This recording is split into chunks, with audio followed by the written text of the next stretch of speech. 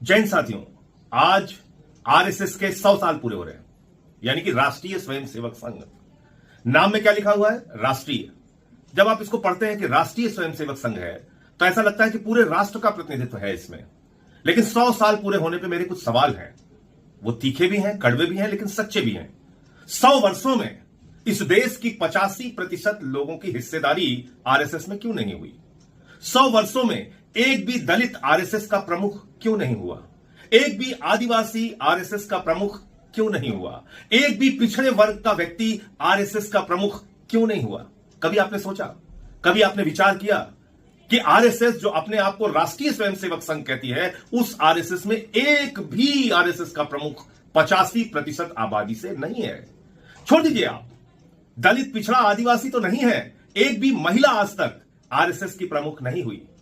तो आप इसको एक दकियानूसी सोच वाला, एक संकुचित सोच वाला संगठन कह सकते हैं, जो संविधान के खिलाफ है, जो आरक्षण के खिलाफ है, जो दलितों के खिलाफ है, आदिवासियों के खिलाफ है, पिछड़ों के खिलाफ है, जो मनवादी व्यवस्था में यकीन रखता है, जो जाति के नाम पर भेदभाव वाली व्यवस्था में यकीन रखता है, जो छूत और अछूत की व्यवस्था में यकीन रखता है, जो बाबा साहब डॉक्टर भीमराव अंबेडकर के खिलाफ है, उनके संविधान के खिलाफ है। ऐसे संगठनों से आपको सावधान रहना चाहिए और इनका क्या योगदान रहा भारत की आजादी के आंदोलन में, यह आपको जरूर पढ़ना चाहिए। 100 वर्षों के पूरे होने पर इनकी शुरुआत 1925 से हुई है और तब देश जब गुलाम था अंग्रेजों का, उस वक्त आरएसएस ने अंग्रेजों का साथ दिया। इस सच्चाई को देश के लोगों को आज 100 वर्ष पूरे होने पर बताना चाहिए। यह बताना चाहिए कि जब द्वितीय विश्व युद्ध हुआ तो अंग्रेजों की सेना में भर्ती करने के लिए आरएसएस के लोग हिंदुस्तानियों को प्रेरित कर रहे थे और कह रहे थे, अंग्रेजों की सेना में भर्ती हो जाओ, अंग्रेजों का साथ दो।